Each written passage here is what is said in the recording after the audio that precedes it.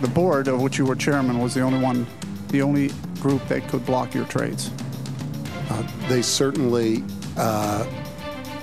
could have blocked them up to the limits unless we got authority to go beyond those limits, which we did. But they were the only ones that could block it.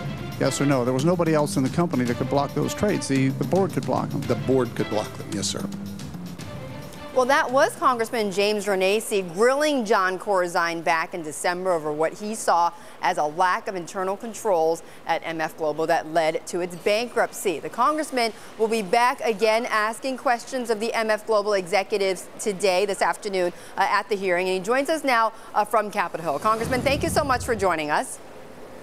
Good morning, Betty. How are you? Good morning. I'm doing well this morning. Look, it's been about 3 months, right, or so since you had that hearing with John Corzine, and with all this information that's now been uncovered and discovered about the days before the bankruptcy, do you feel in fact that you didn't get to grill Corzine enough? Should you have come down harder on him given these new questions?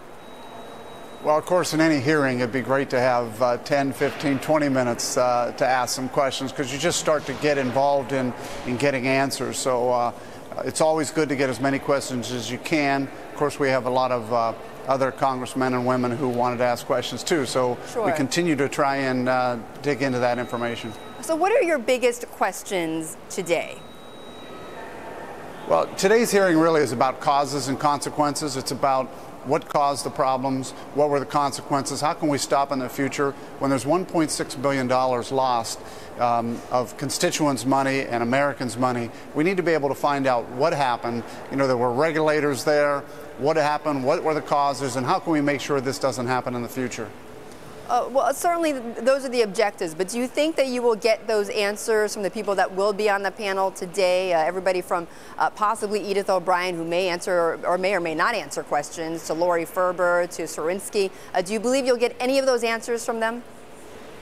Well, we hope so. You know, today's panel includes a lot of the executives that were there. Some of them that were actually making the transfers, and we're hoping they will answer some of those questions so that we can see what caused this. And you know, also, as I said, we had examiners there, we had people there from the regulators there, so it'd be interesting to see how they interacted and who made these decisions and why these decisions were made. Do you feel, after having seen more of these emails, is your sense, Congressman, that there was in fact some intent or some confusion or something that had happened in the last few days, or some intent by MF Global to cover up perhaps the mixture of the firm's money and the client money, and therefore knowingly having transferred that money to their own accounts? I mean, do you believe more so that has happened? Well, again, with $1.6 billion missing, clearly there was money being transferred, and somebody was making the authorization to do that. Those are the kind of things we're hoping to be able to get some answers on today. Whenever you're using customers' money like that, there has to be reasons. Somebody must have known. There's reconciliations. I know there's processes. We need to look into the details and see what happened. And again, we have to make sure this doesn't happen again.